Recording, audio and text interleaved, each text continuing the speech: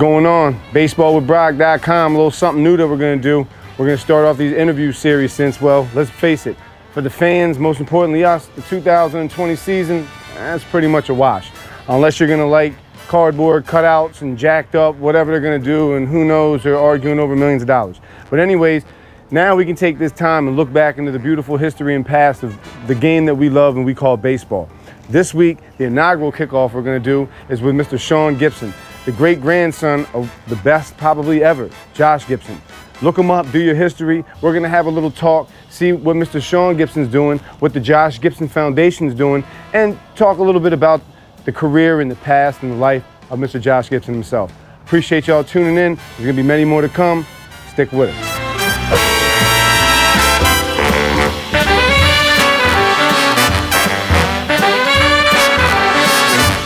All right, so we're going to do a little different on this go-around. Baseball with Brock. We're here with the Josh Gibson Foundation, Mr. Sean Gibson right here. And I have the amazing experience to be able to get to talk to this gentleman. First, I want to say thank you for coming out. Thank you. In the pandemic, we're not doing no social distancing, even though we should, but this is for a real cause and a real matter. So, 359? Yeah, 359, man. Yeah, that's what they say, man. He was, back then, and that's one thing I'm glad you brought that up, because a lot of people try to compare their stats, not being legit because the record books wasn't keeping that well or wasn't kept that well. But 359 is 359. Absolutely. Absolutely. And on the point that you're saying, the actual books, they were kept well too. They were really, really kept well, especially for Mr. Gibson as well. I'm going to send you all the stats that we have. I have a gentleman, I was telling you about the John Donaldson Network. He's done a lot of stats on your great-grandfather as well, and we can't wait to show you. I mean, he has over 9,000. I believe the stats, but when I say other people try to discredit. Oh, of course. You know what I mean? But believe me, I believe the stats. I believe it's higher. From what I was told too, I believe it is higher as well. And the comparisons made, we hear a lot of wrong comparisons made, in my opinion, in a lot of people's opinion, especially when it comes to Babe Ruth. Babe Ruth being the white Josh Gibson. I mean, I know you've heard it over and over talking about your family is the comparison of another person, and it's not. And like I said, there's so many different things that you guys need to look into from Mr. Gibson, from not just a baseball standpoint, from a life standpoint, and knowing what times and the time periods that it was going through, because those were crazy times. Oh yeah, for sure. Crazy times. And there's a lot of things, like my great-grandmother used to pass stories down, and they didn't know that baseball was segregated. And I'm gonna explain why. When they played in the Bronx, there was a lot of games behind closed doors that they didn't know about, that the Major League Baseball players were playing the best from the Negro Leagues. Right. 12-time All-Star, 2-time Negro League champion.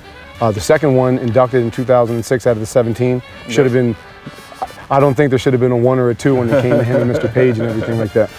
Not to mention also all the great things in baseball. I want to talk to you about the foundation that you guys have and what's going on with that, because like I told you when I first met you, baseball is baseball, stats are stats, that's great and fantastic, but it's really about the movement that you're progressing with and everything. Can you talk a little bit about that, sir? Yeah, sure. So what we're doing here in Pittsburgh is that we have the Josh Gibson Foundation, just basically continuing his legacy through the name of young people. And we're located in the city of Pittsburgh Hill District. We have 3 sites, one in the community center at Ammon Rec Center, and we're in 2 schools, 2 Pittsburgh public schools.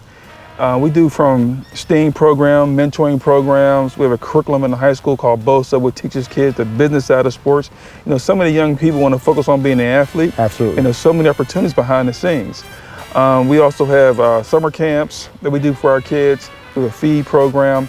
So the main thing is, like you said, is that, we could talk about the stats and we could talk about the home runs, but what we're trying to do is trying to keep Josh's legacy alive through the community by providing help for these kids to be better people. Yes. Whether they be great athletes or not, we want to be better people, and that's what we're doing in our foundation. And that's perfect, and that's just one way to go along with the legacy, especially with things that happened that broke the color barrier, and certain people that went when a lot of people think that the best player, which was your great-grandfather, that should have went first, he was still supported. So that shows through the charity, through the spirit of, like you said, everyone wants to, and me, you guys know me coming from a hip hop, a rap background, everyone wants to be in front of the camera, but not realizing there's thousands and hundreds and just unlimited jobs behind the scenes. Also, if there's anyone that I know, and hopefully, and you guys better go support, I'm not playing any games with y'all, better go support, could you please tell everyone where they can go check you out, check everything out that's going, they can donate, they can be a part of the movement, because it really is a movement. It's not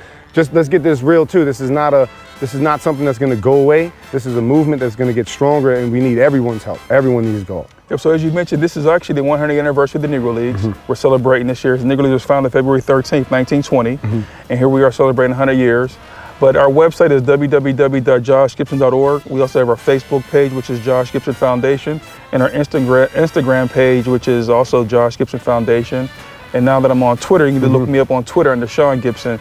But all those social media sites, you know, we welcome all your comments and feedback, all your support. You know, the main thing for us right now is really just to get the names out there of not just Josh Gibson, but all the other great Negro League baseball players.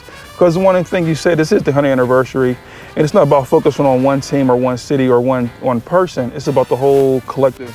You know, I mean, I tell people all the time, if it wasn't for Rube Foster, it may not be a Josh Gibson or a Satchel Paige or a Cool Bell. So, you know, I don't think Rube get enough credit. I think he should be more recognized during this whole centennial year.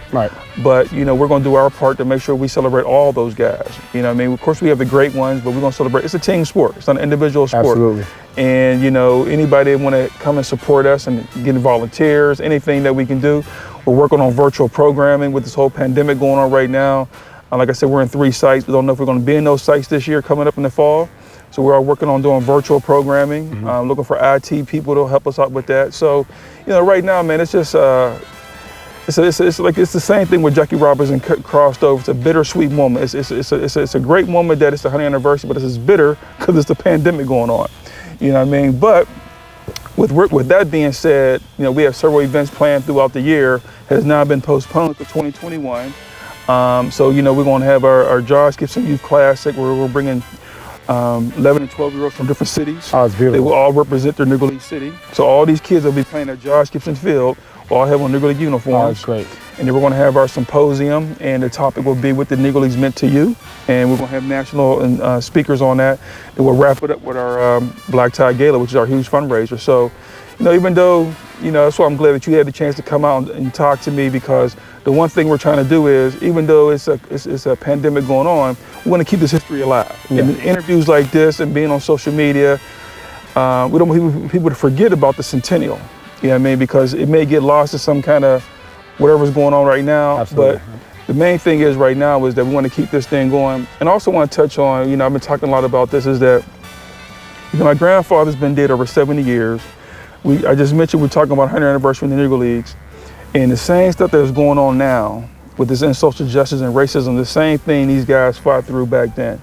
And here we are still talking about the same thing that Josh Gibson, Satchel Paige, Cooper Bell had to fight through to be able just to play a game of baseball. To survive through. And honestly, I'm glad that you brought that up, because that is one thing through all the history that I've seen and everything like that, that the most key fact and the most impressive thing are the cities and the towns and the different places, because no one talks about Barnstone, but all the other, you know, towns that all the Negro League players went to, and they came out alive to talk about it. Yeah. And I didn't mean to cut you off. I just wanted to throw that in because I'm excited that you brought that up, and I thank you for that. Yeah, but it's just that, you know, like I said, this whole in social justice, what's going on with the racism, is that it's a shame that here we are celebrating 100th anniversary of the Negro Leagues, and the same thing is going on.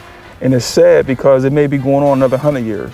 But I'm hoping that we can find, it seems like there's a lot of celebrities and popular people getting involved in this movement, this Black Lives Matter movement. But, you know, it has to stop at some point in time, man. It has to stop. So. And it should, because we can't be the greatest country in the world, and we can't live under something that says all men are created equal, when you can't look at yourself in the mirror and say that all men are created equal. Exactly. Sir, I want to thank you very much for your time. I want to appreciate you.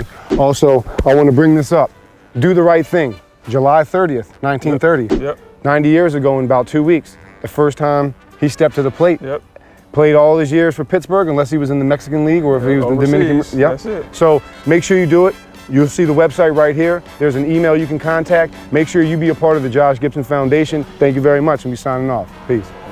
Amen. Thank you. Yep.